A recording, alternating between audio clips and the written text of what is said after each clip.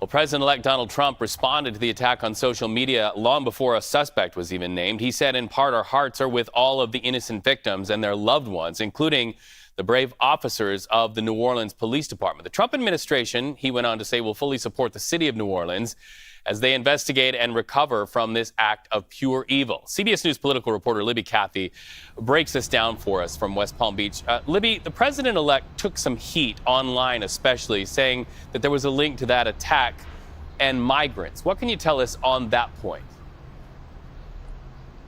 Exactly, Reed. President-elect Donald Trump has really taken this as a chance to attack President Joe Biden and the Biden administration and their policies on immigration specifically.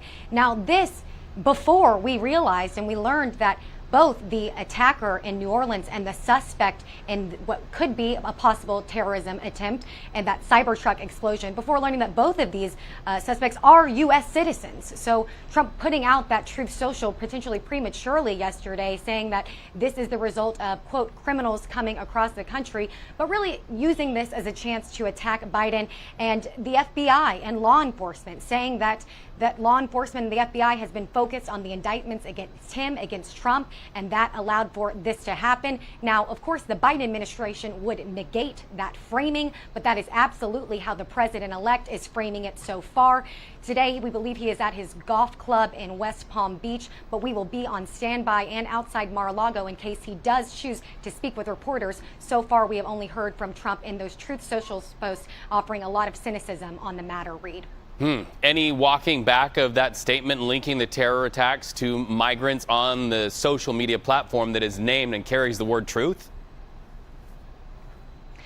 Not so far, Reed. As usual with President-elect Donald Trump, not seeing him walk back any of that statements, even though now we know that not to be true. Again, that first post yesterday and the few hours after that New Orleans attack, Trump said this is directly tied to criminals coming across the border. Again, we now know the suspect was born and raised in Texas. So Trump has not come out and cleaned up those comments, but again has come out on Truth Social, again, just attacking the Biden administration, attacking immigration policies, and attacking the FBI, Reed.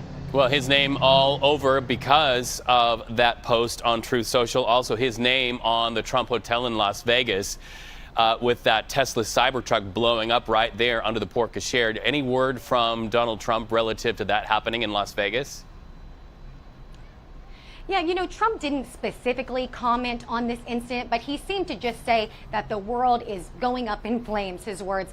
Melania Trump, the incoming First Lady, did in her tweet last night address both of these instances, calling them instances of brutality, something that the nation should not see. But Trump specifically has not used the word Cybertruck to talk about that explosion outside his hotel. We'll say we've talked to members of Trump's transition team as they prepare for the inauguration in D.C. in just 18 days. They are projecting confidence that they are working with local law enforcement authorities to make sure that things are safe for that. The Metropolitan Police Department telling us that they have put a heightened security posture in place, specifically around areas that Trump will be. So that is something we are tracking, Reed. Libby Cathey, always great talking to you live from West Palm Beach. Thank you so much.